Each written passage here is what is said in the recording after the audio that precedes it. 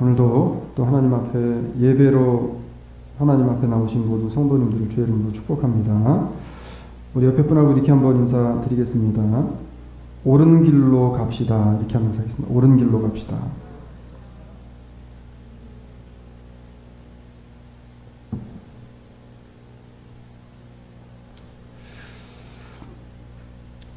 지금 우리가 어디로 가고 있나? 라고 하는 말씀의 제목인데, 어제 제목을 이제 금요일 날 잡아놓고 어제 제목 수정을 좀 했습니다. 원래 이제 어떻게 잡았냐면, 예수를 팔아 장사하는 교회들이라고 말씀의 제목을 잡았었어요. 근데 오늘 지금 우리가 어디로 가고 있는가라는 말씀의 제목을 따라서 오늘 하나님께서 주시는 말씀 안에서 우리가 도전받고 또 은혜를 누리기 원합니다.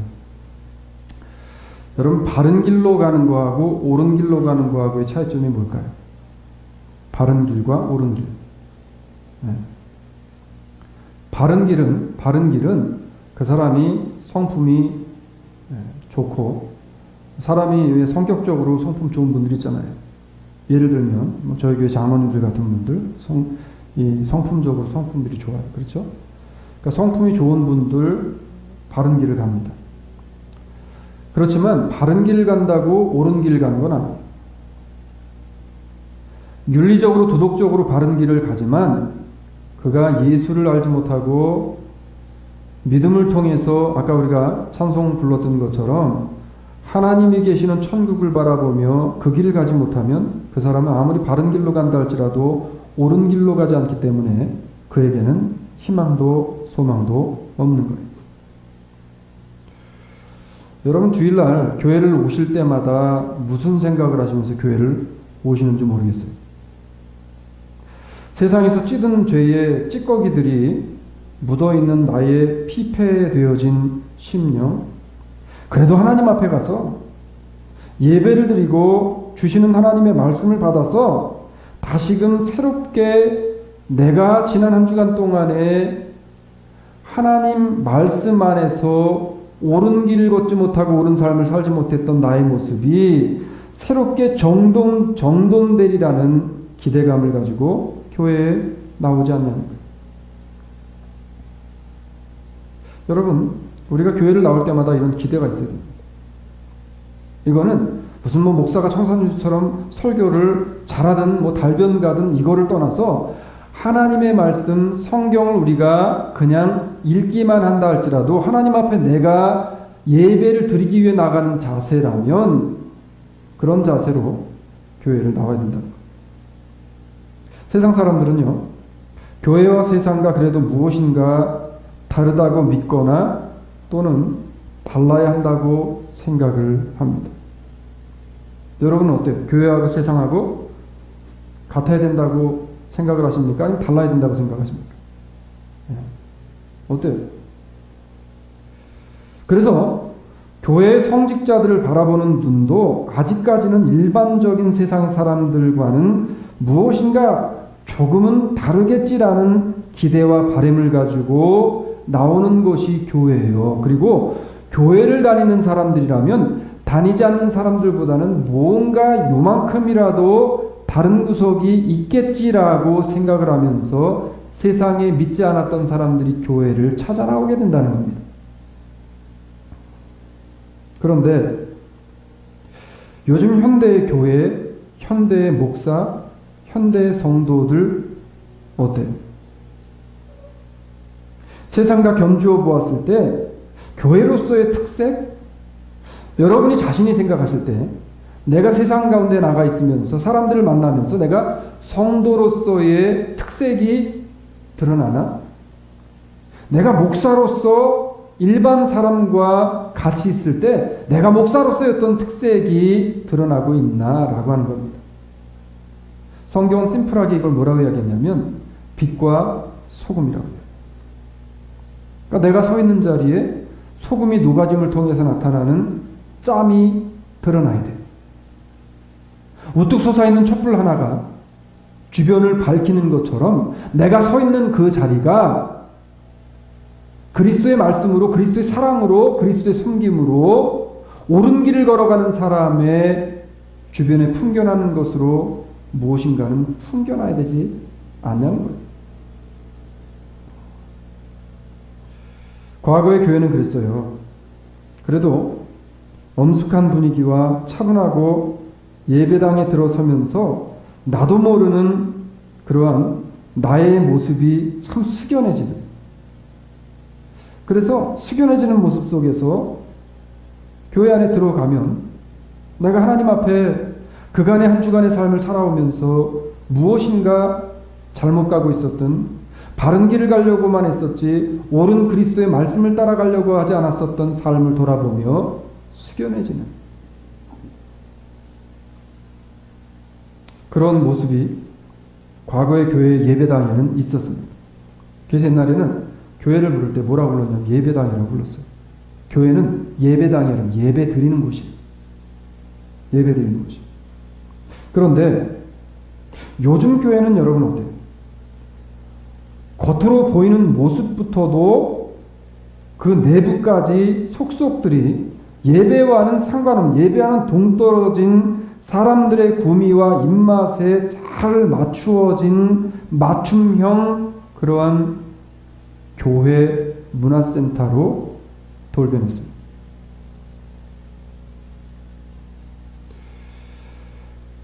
예배의 모든 것이 맞추어진 것이 아니라 사람들에게 모든 것이 맞추어져 버린 현대의 교회들. 교인들의 신앙에 잠자는 것을 깨우기 위해 초점이 맞춰진 목사가 아니라 성도들에게 좋은 덕담을 해주는 그러한 목사로 변해요.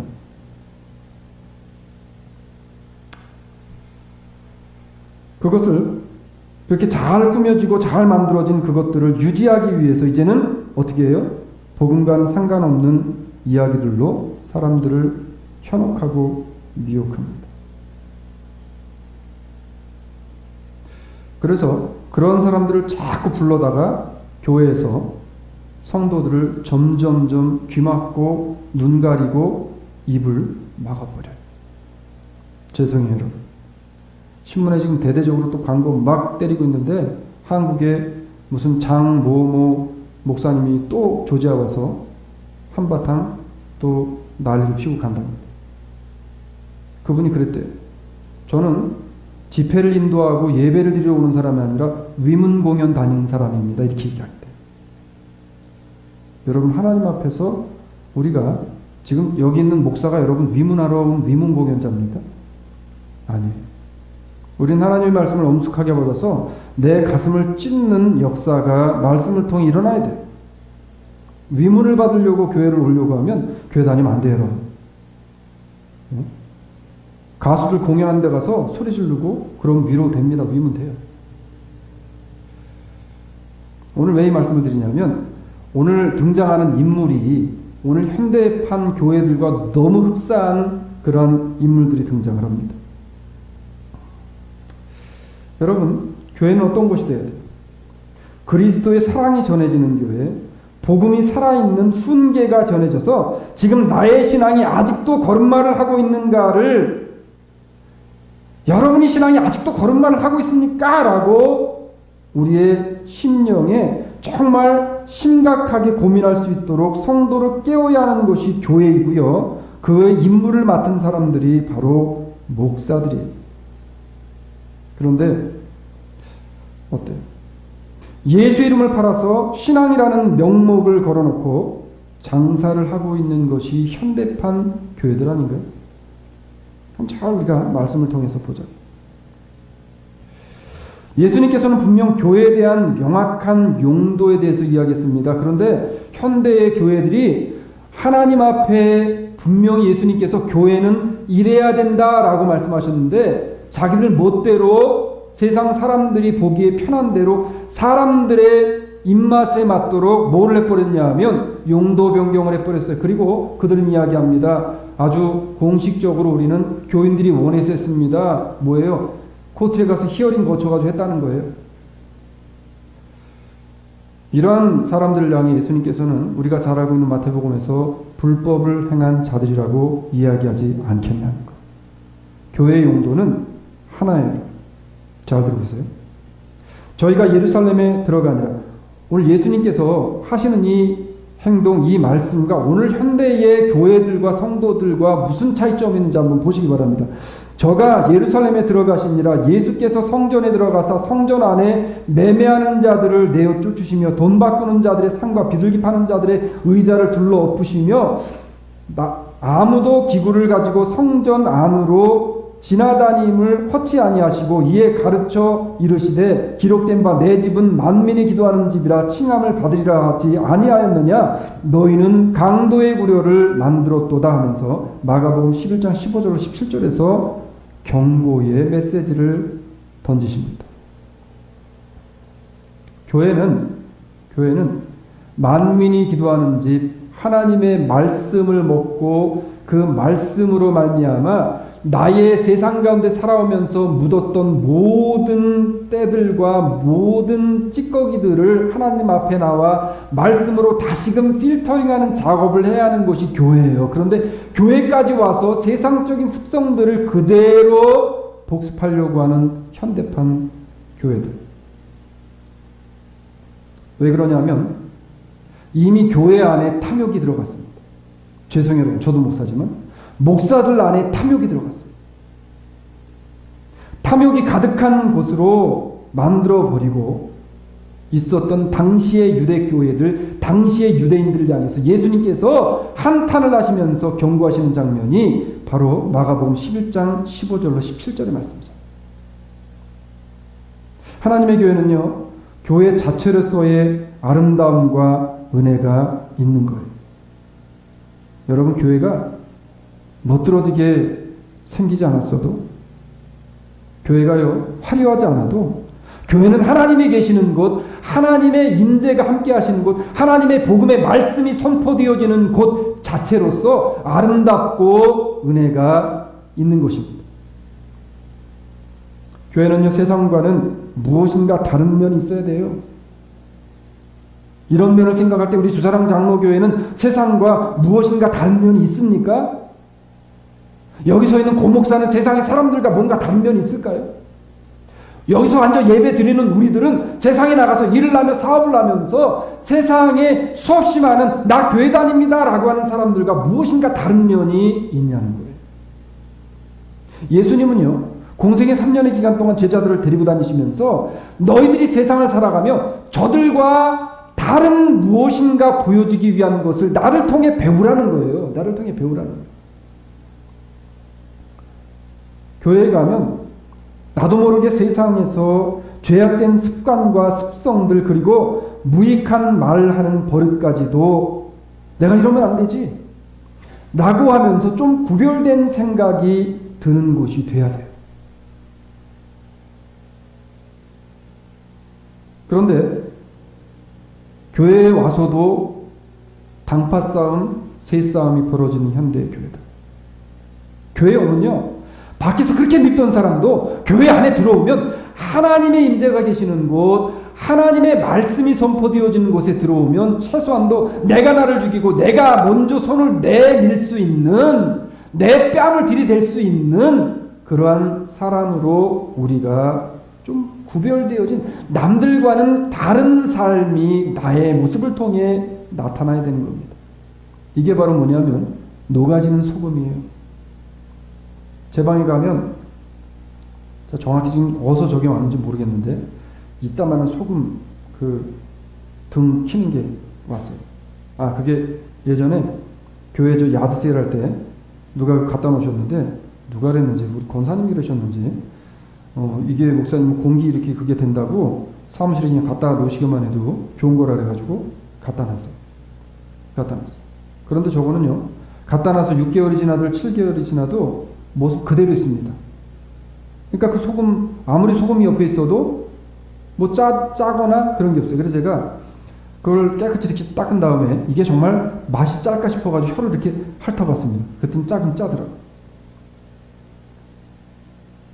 우리의 모습은 녹아져야 되는 인생. 예수 믿는 사람은 녹아져야 됩니다.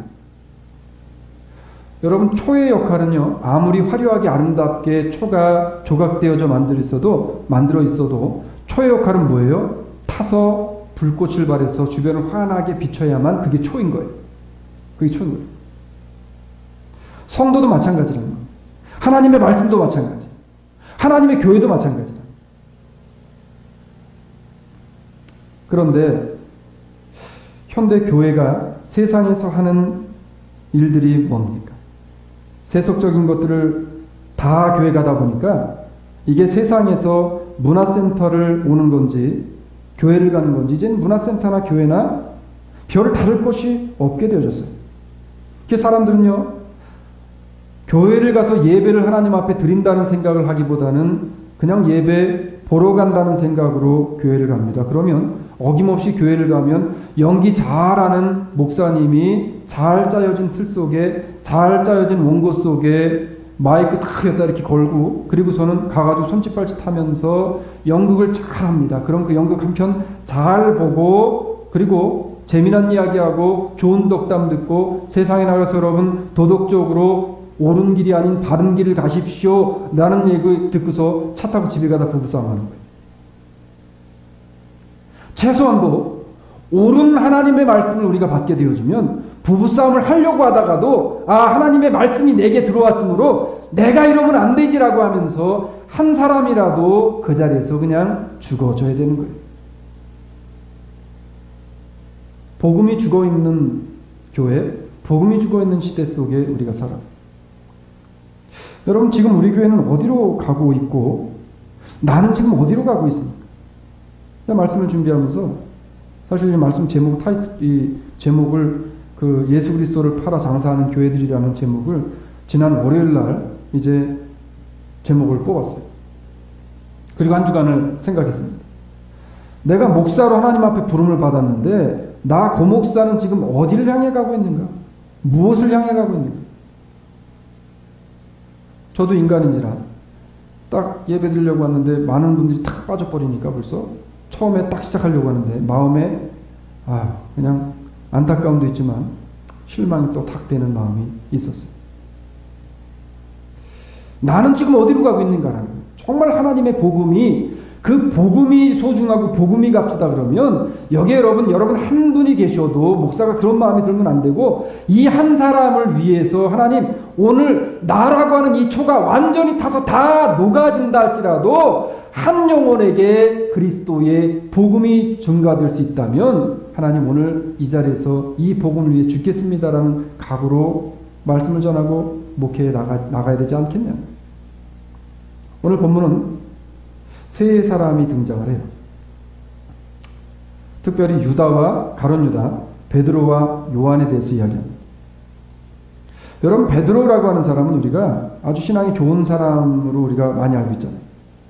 우리가 유다는 너무나 잘 알듯이 유다는 예수님에 대해서 나중에 예수님의 참 나지 않았으면 더 좋았을 뻔했다라는 저주를 그렇게 받았던 사람이었고 베드로가 어떤 사람이에요 여러분?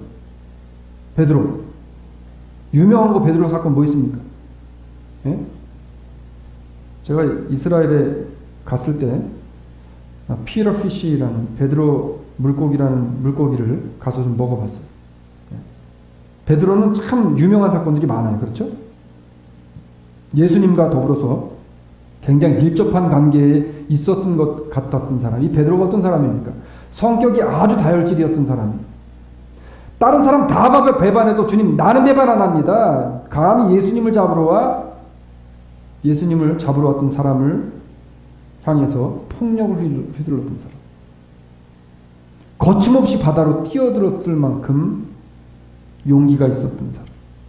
그런데 그 베드로는 우리가 성경을 자세히 보면 예수님의 바로 옆에서 예수님을 따라다닌 적이 없어요.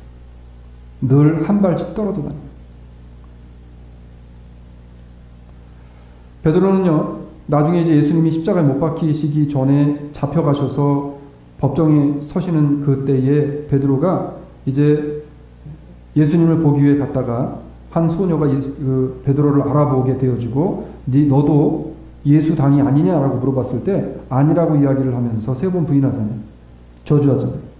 그때 성경에 보게 되어지면 베드로가 예수님 앞에서 멀찌감치 떨어져서 이렇게 이야기해요. 베드로는 늘 그랬어요. 그런데 나중에 베드로가 이제 회심하는 계기를 통해서 그리스도를 온전히 만나는 시간이 있게 되어집니다. 나중에 우리가 이런 것들을 보기로 하고요. 요한은 어떠냐면 오히려 요한은 예수님의 지척에서 늘 예수님과 함께 있었던 사람이었어요. 오늘 본문에 보게 되어지면 요한에 대한 기사를 이야기하면서 이렇게 이야기를 해요. 어떻게 이야기하냐면 이렇게 이야기합니다. 23절에 보니까 예수의 제자 중 하나 곧 그의 사랑하시는 자가 예수의 품에 의지하여 누웠는지라라고 이야기해요.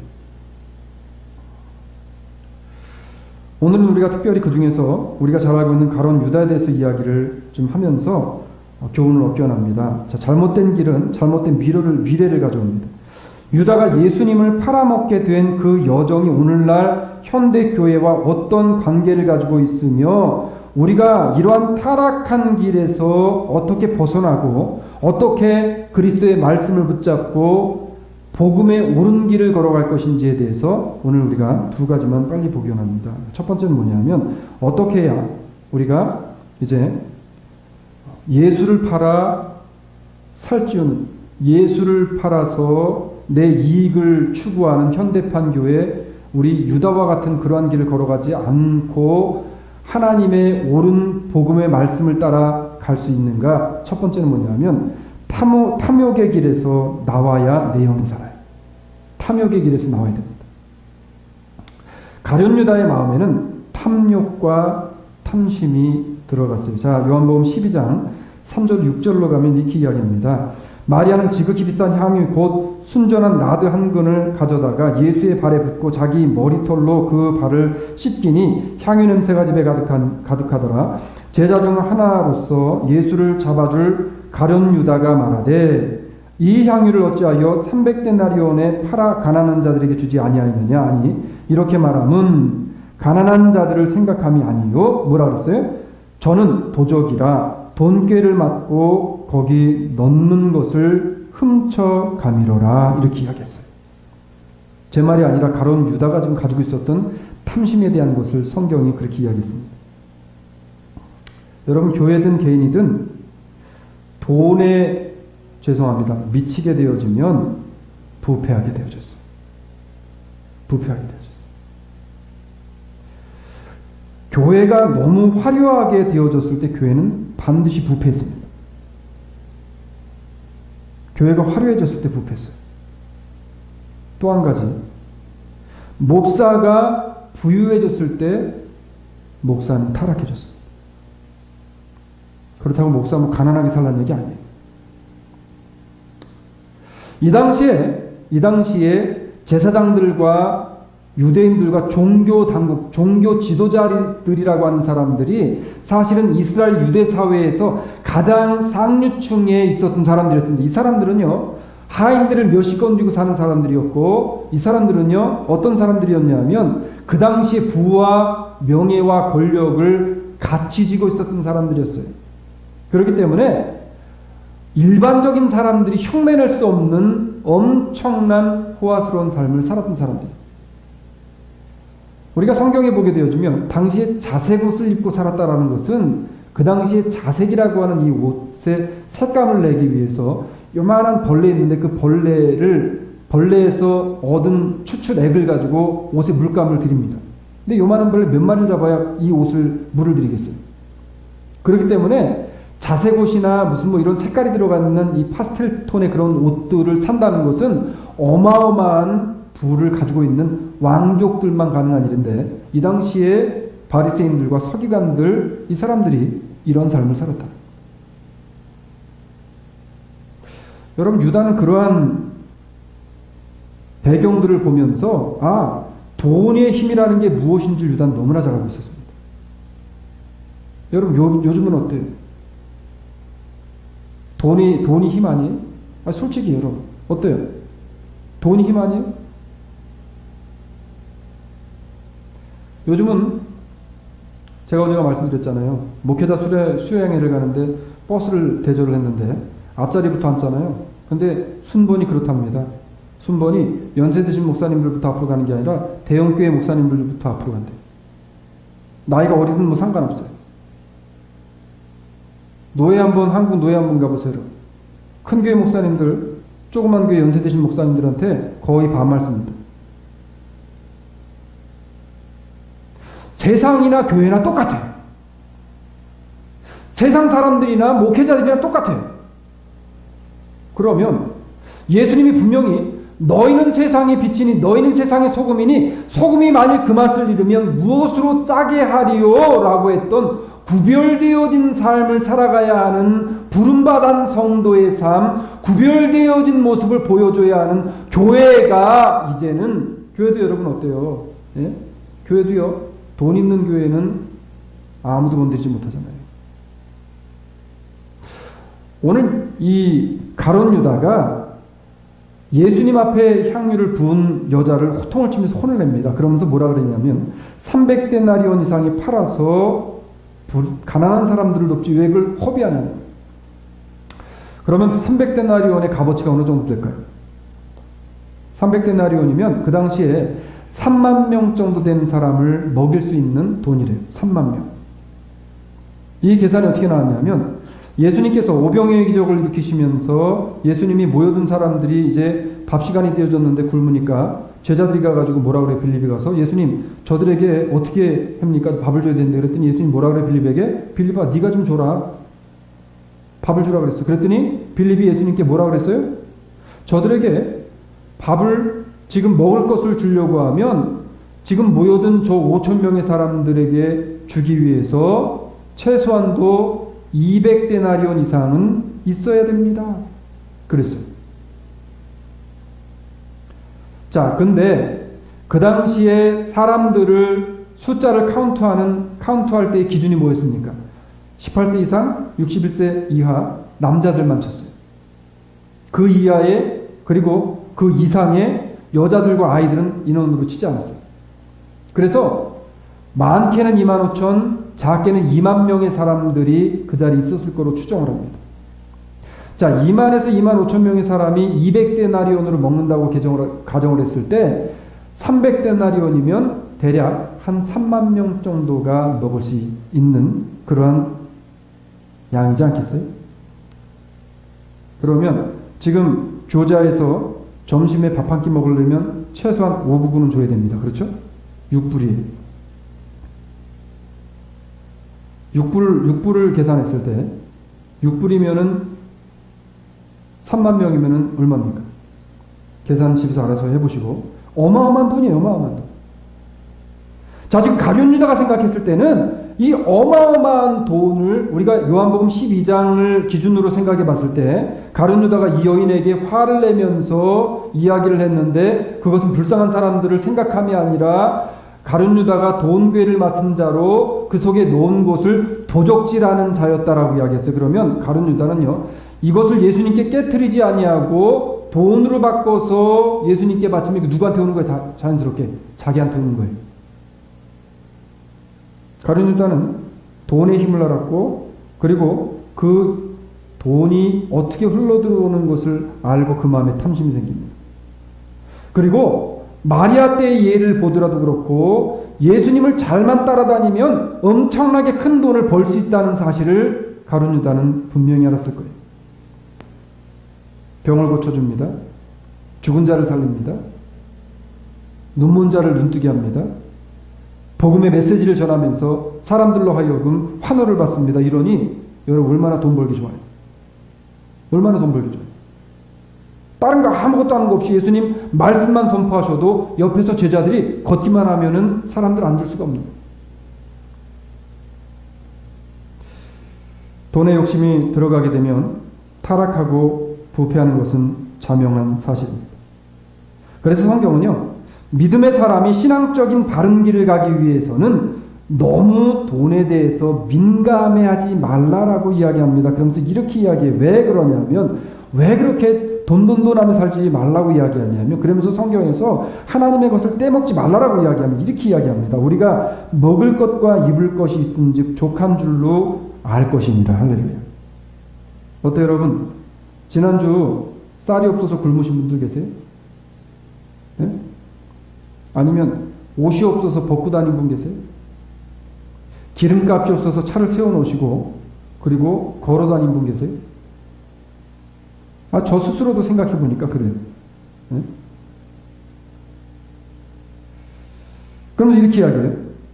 족한 줄로 알 것이 아니라 부하려 하는 자들, 부자가 되려고 그렇게 막 힘쓰는 자들, 부하려 하는 자들은 시험과 올무와 여러 가지 어리석고 해로운 종욕에 떨어지는, 그러니까 돈을 따라가고 돈을 사랑하는 사람들은 시험에 잘 든대요.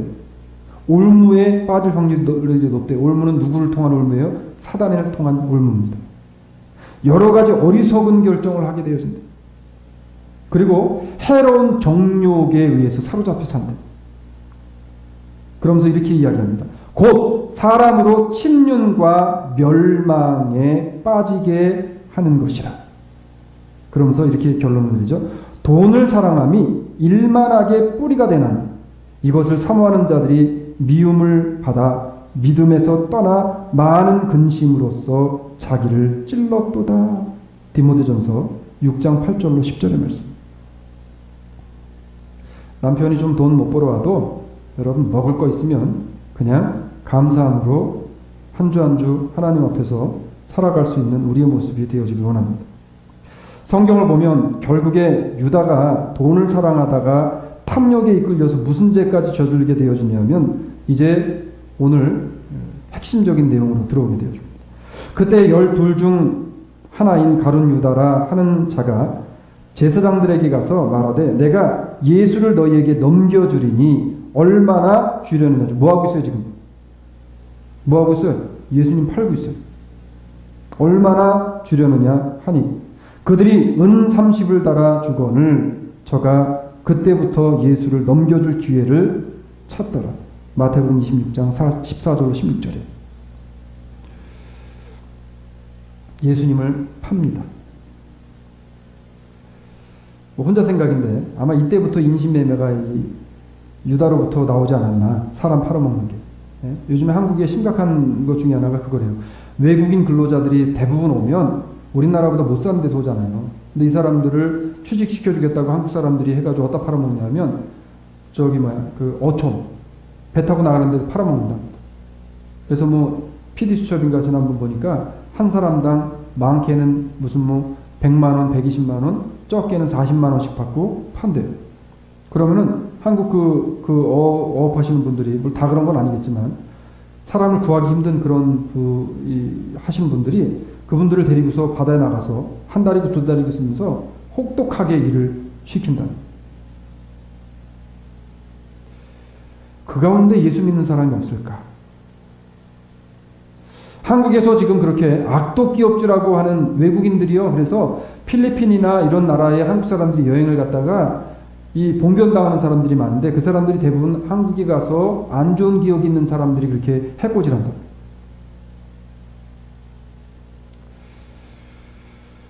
예수를 팔아버리는 죄. 가룟 유다가 예수 파는 것을 보면서 우리는 흔히 말씀을 전하고 설교하면서 흔히 사람들이 이야기하면서 야 어떻게 저럴 수 있냐라고 이야기하면서 현대판 가룟 유다가 되어서 나도 예수를 팔고 있지는 않는지 우리 교회도 예수를 팔아 장사하고 있지는 않는지 우리가 한번 생각해 보자는 거죠.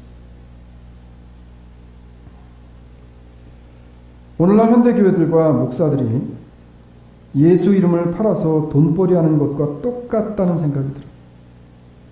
탐욕이 우리 안에 들어오게 되면 사람은요 그 탐욕의 길을 가게 됩니다.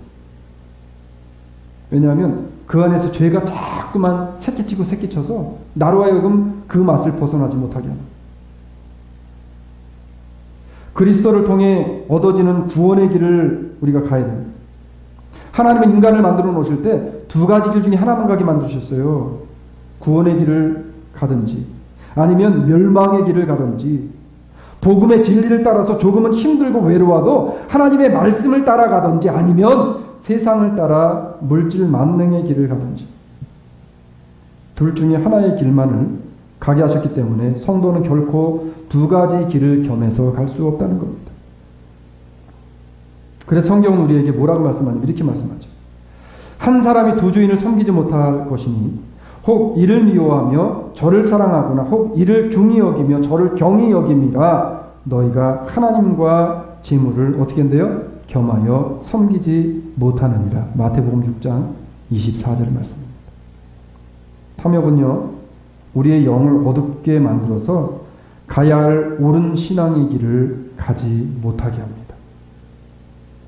바라기는 우리 안에 너무 지나친 물질에 대한 너무 지나친 탐욕과 욕심이 있다면 이것을 하나님의 말씀으로 다스리셔서 하나님 내게 주신 은혜, 이 은혜를 감사하면서 오늘 주신 것을 족한 줄로 알아.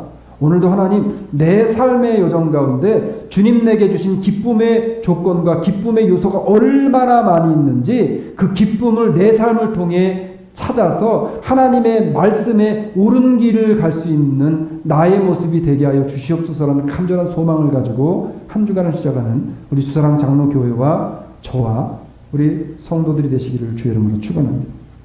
그러기 위해서 우리에게 끊이지 않고 일어나야 되는 역사적인 일이 있는데 두 번째로 뭐냐면 회개의 기회를 잡아야 살 길이 보인다는 거예요. 현대는요, 현대교회의 성도들에게 회개하십시오. 그럼 시험 들어요. 회개하라 그러면 시험 들어요. 여러분 우리가 회개할 게 얼마나 많이 있어요. 말씀 보지 않는 거 회개해야 됩니다. 기도하지 않는 거 회개해야 됩니다. 말씀 배우지 않는 거 회개해야 됩니다. 하나님의 말씀을 듣고도 그 말씀을 따라 살려고 애쓰고 노력하지 않는 거 회개해야 됩니다. 전도하지 않는 거 회개해야 돼요, 여러분. 회개할 거 얼마나 많아요. 예수님께서는요, 유다에게 회개할 기회를 주셨어요. 자, 오늘 본문으로 돌아가면 26절로 27절을 보니까 이렇게 이야기합니다. 예수께서 대답하시되 내가 한 조각을 찢어다가 주는 자가 그니라 하시고 곧 한 조각을 찍으셔다가 가롯 시몬의 아들 유다를 주시니 조각을 받은 후에 라고 했습니다. 자, 이 상황을 제가 심플하게 이야기할게요. 가롯 유다는 지금 이미 죄를 졌어요. 그렇죠? 이미 죄를 졌어요. 예수님을 팔아넘길 기회를 찾고 있는 사람입니다. 탐욕이 들어와서 예수를 통해 예수를 팔아서 돈을 벌려고 작정한 사람이었어요. 자, 그래서 예수님 앞에 죄를 졌어요. 아침에 일부 예배 때도 제가 이제 그렇게 했는데 제가 박 장로님한테 예를 들어서 뭔 실수를 했단 말이에요. 근데 박 장로님이 오히려 제가 잘못을 한 것을 그냥 사랑으로 용서하시고 오히려 목사님 식사나 같이 하시죠 그러면서 식사를 같이 하면서 그러면서 식사 대접을 제가 받았단 말이에요. 오히려 내가 대접을 하면서 죄송합니다라고 이야기를 해야 되는데 먼저 상대방에서 문을 열고 그리고 용서의 팔을 내벌리셨단 말이에요. 그러면 저는 어떨까요? 그 밥상을 받으면서 가슴이 찔리고 너무 죄송해서 아유 저는 제가 사실은 그랬으면 안 됐는데 너무 죄송합니다. 앞으로는 잘 좀 해보겠습니다. 이게 정상인 거예요. 이게 인지상정입니다. 자, 가룟 유다가 지금 그랬다는 거예요. 지금 죄를 진 가룟 유다에게 예수님께서 이제 마지막 하나의 희망의 끈인 지금 빵 조각을 띄어서 가룟 유다에게 건네주시게 되어질 때 유다의 마음에는요 회개의 고뇌가 불일듯 일어났어야 되는 거예요. 회개의 고뇌가 불일듯 일어나면서 주님 내가 죄를 짓고 주님 앞에 주님을 팔아 넘기고 주님을 팔아서 내가 돈을 착취하고 돈을 벌었습니다. 주님 나를 용서해 주세요라고 하면서 그 발 아래 엎드려서 예수 그리스도가 자신의 발을 씻겨주시며 무릎을 꿇으셨을 때처럼 그렇게 무릎을 꿇고 주님 앞에 나가서야 되는 거예요. 여러분 그러면 살 길이 열리는 겁니다. 그런데 유다는 마음에 전혀 그러한 부담감이나 그러한 마음이 생기지 않았다는 것. 얼마나 안타까운지. 오늘도 나를 위해 죽으셨다는 그 말을 하고 나를 위해 십자가를 지신 예수 그리스도가 나 때문에 고통받으셨다는 사실을 알면서도 세상에 한 흔적을 살아오면서 여러 가지 죄악된 그 속에 내 발을 담그고 살다가 오늘 하나님 앞에 나와서 주님께서 오늘 주의 복음의 말씀으로 떡을 떼어 주시는 순간 그 떡을 받아 마시고 먹으면서 주님 나를 오늘도 이렇게 용서하시는군요라고 하면서 이 말씀이 나를 찌르고 내 안에 있었던 탐욕으로 가득 찼었던 모든 욕망과 열정들이 하나님 앞에 녹아지면서 지금 내 속에는요 회개의 고뇌가 들어야 되는 거예요. 유다는 그러지 않았어요. 이게 왜 여러분 불행하고 안타까운 건지 아세요? 성경은 이렇게 이야기합니다. 타락한 자들은 다시 새롭게 하여 회개케 할 수 없나니. 저는 이 말씀 보면서 제가 정말 두려웠어요. 내가 이 타락한 목사에 들어가지 않았나? 우리 주사랑장로교회가 이 타락한 교회에, 이 부패한 교회에 들어가진 않나라는 생각을 하니까 너무너무 두려웠어요.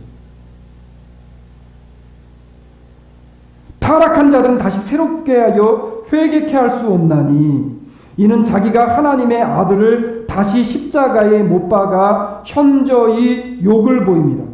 땅이 그 위에 자주 내리는 비를 흡수하여 밭 가는 자들의 쓰기에 합당한 채소를 내면 하나님께 복을 받고, 만일 가시와 엉겅퀴를 내면 버림을 당하고 저주함에 가까워 그 마지막은 불사름이 되리라.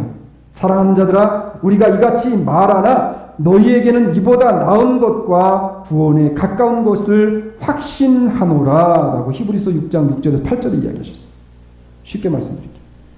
농부가 농사를 지면서 좋은 열매가 맺을 거라고 생각하고 물을 줬어요.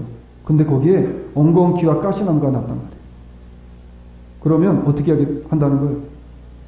농부는요, 그 엉겅퀴와 가시나무를 다 걷어다가 불살라 버린다는 거예요. 하나님이 가꾸어 놓으신 믿음의 밭, 하나님이 가꾸어 놓으신 교회라고 하는 이 영적으로 복음을 따라가야 한 이 옳은 복음의 말씀 위에 세워져야 하는 이 밭에서는 뭐가 자라야 되냐면, 복음이 씨뿌러져서 복음을 통해서 그리스도인들이 하나님의 말씀을 통해서 점점점 자라나는 그러한 일이 있어야 된다는 거예요. 복음을 심었는데 세상적인 것들이 자라면 복음 심은 거 아니에요. 여러분, 어떻게 우리가 옳은 하나님의 복음의 말씀을 따라갈 수 있습니까? 성경은 간단히 이야기합니다. 우리의 구원에 가까운 것을 확신하고 그 구원을 바라보며 가는 사람이 복음을 따라갈 수 있대요. 회개를 거부하는 자들에게는 이미 하나님의 진노의 심판 때만이 남게 되어지는 것을 믿으시기를 바랍니다. 기회를 줘도요, 회개하지 않는 유다에게 예수님께서 뭐라고 말씀하셨는지 알아요? 이 굉장히 슬픈 말씀입니다. 오늘 본문 27절 이하에 예수께서 유다에게 이르시되 내 하는 일을 속히 하라. 이제 끝났다는 거예요. 이제 회개의 기회는 영영이 지나갔습니다.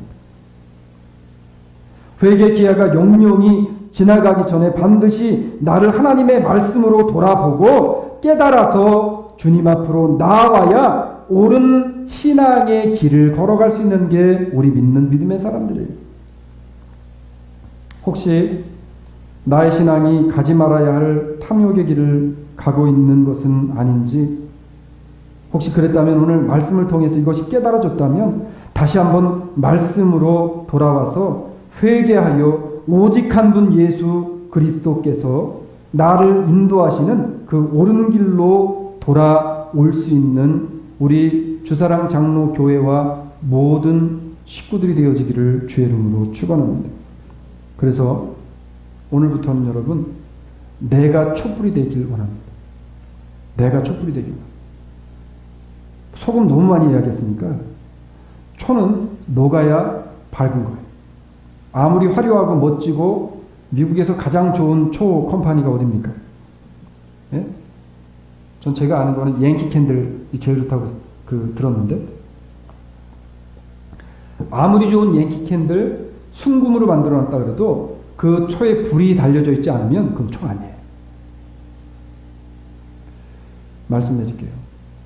예수 그리스도가 내 안에 계시고 복음을 따라가는 사람의 머리에 복음의 초가 달려져서 내가 녹아지지 않으면 그리스도인 아니에요. 예수님은요, 본인의 머리 위에 불을 켜시고 본인이 다 녹아지셨어요. 그게 십자가 사건이잖아요. 완전히 녹아서 없어져 버리셨어요. 사랑하는 여러분, 화려하지 않아도 괜찮아요. 화려하지 않아도 괜찮아요. 조금 가난해도 괜찮아요. 그러나 성경적인 교회상을 잃어버리게 되면 교회는요, 세상의 친목단체로 변해버리고요. 목사가 탐욕에 따라가고 탐욕을 버리지 못하고 성경적 신앙관을 가지지 못하고 잃어버리게 되어지면 연극을 잘하는, 그저 연극을 잘해서 이 연극을 통해 예수를 팔아서 돈 벌어 사는 아주 치욕스러운 부를 누리는 사람밖에 안 되는 거예요.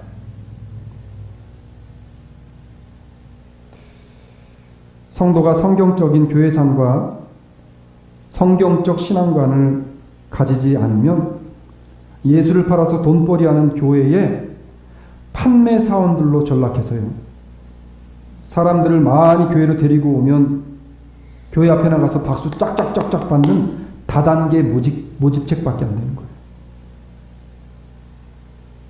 오늘 조금 셉니다. 복음이 빠지고 그 자리에 탐욕이 들어가게 되면 누구도 상관없어요. 예수님이 그토록 믿었던 유다도 탐욕이 들어가게 되어지면 예수님 팔아먹는 거예요.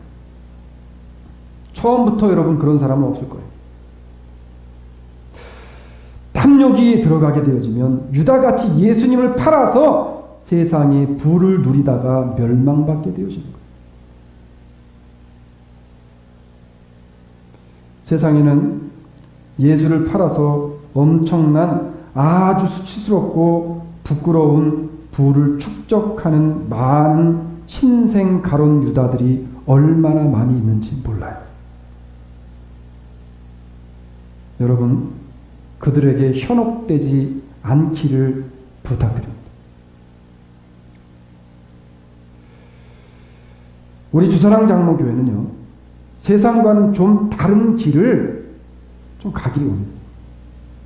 세상에서 볼 수 없는 그런 말씀이 주는 진정한 고뇌와 회개가 그 예배를 드리고 나면 내 머릿속에 좀 고민되고 고뇌가 되어지고 그런 교회가 좀 되어지기 원합니다.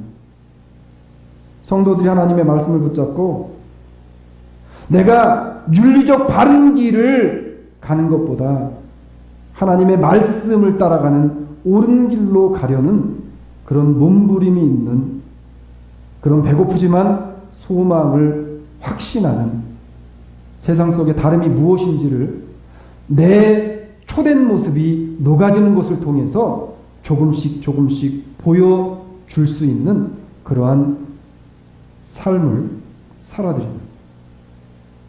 저 스스로와 우리 주사랑 장로 교회와 모든 식구들이 되어질 때 주님께서 기뻐하실 줄로 믿습니다. 사랑의 하나님, 감사합니다.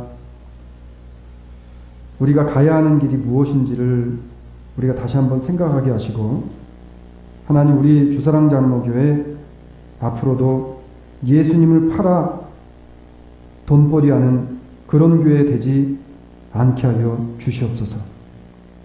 오직 한 길 그리스도만을 바라보며 참된 복음을 따라가는 복된 교회가 되게 하여 주시옵소서. 감사하신 예수님 이름으로 기도 올리옵나이다. 아멘.